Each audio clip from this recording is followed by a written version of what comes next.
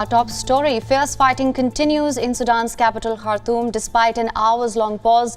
The clashes that started on Saturday between the armed forces and the paramilitary rapid support forces, it's killed nearly 100 civilians, including 3 UN workers. The United Nations, the African Union, the United States, Russia, and China are all calling for a ceasefire in Sudan after fighting between the Sudanese military and a rival paramilitary force have left nearly 100 civilians dead since Saturday. The first question, what are the 2 warring factions in the Sudanese military and who leads them? Now, one faction, it's comprised of the country's ruler and regular armed forces led by General Abdel Fattah al-Burhan. In effect, he is the president of the country. The second faction is the paramilitary rapid support forces who are led by General Mohammed Hamdan Dagalo.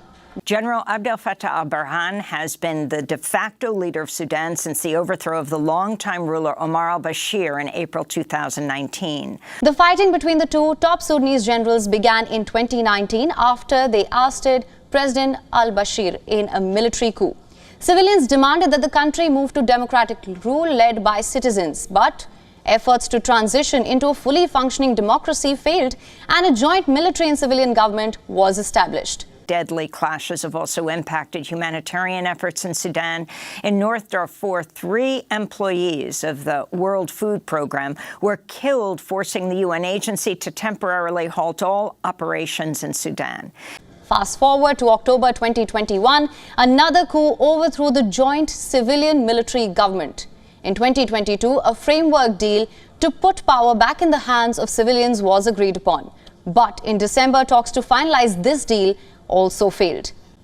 The fourth question here, what is at stake in the region?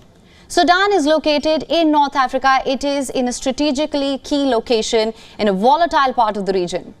Its agricultural wealth has led to multiple attempts to take control of the nation. Geopolitical factors are also at play here, with Russia, the United States, Saudi Arabia, and the United Arab Emirates and other powers battling for influence here. I speak to you today as our country faces the danger of separation, and I say to you that when a bullet is fired from a weapon, it cannot tell the difference between the attacker and those being attacked, and the victims are the Sudanese people.